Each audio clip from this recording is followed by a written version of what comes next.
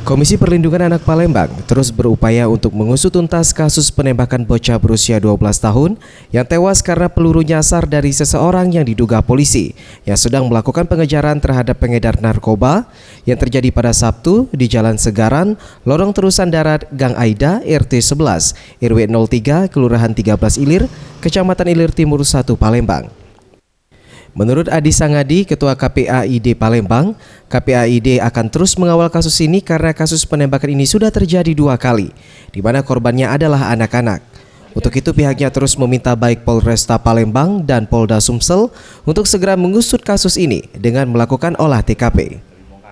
Karena ini sudah kasus yang kedua kali yang terjadi di Sumatera Selatan, adanya kesalahan daripada pihak kepolisian sampai akhirnya terjadi korban meninggal dunia, dan terutama itu adalah anak-anak.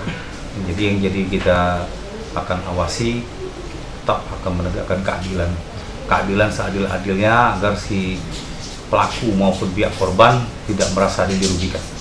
Dalam arti kata, KPAI mengawal ini melihat, menunggu dan hasil dari prosedur olah TKP di lapangan maupun dari bentuk-bentuk yang dianggap oleh kepolisian sudah dilakukan dengan cara yang baik dan betul, dan kita menunggu bagaimana hasil tindakan Kapolda dan Pak Kapolresta atas tindakan-tindakan ini, dan tentunya kita akan tetap mengirim persoalan ini ke masalah hukum dan mudah-mudahan bisa dibawa ke jalur pengadilan dan tindakan seadil-adilnya.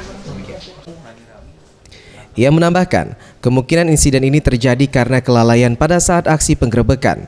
Untuk itu sebaiknya sistem penggerebekan dengan menembakkan senjata peringatan ini harus diperbaiki, karena banyak dampak yang akan terjadi ketika peluru yang ditembakkan tidak tepat sasaran. Farel Dwi Satria, Muhammad Septiawan Rizky, Sriwijaya TV.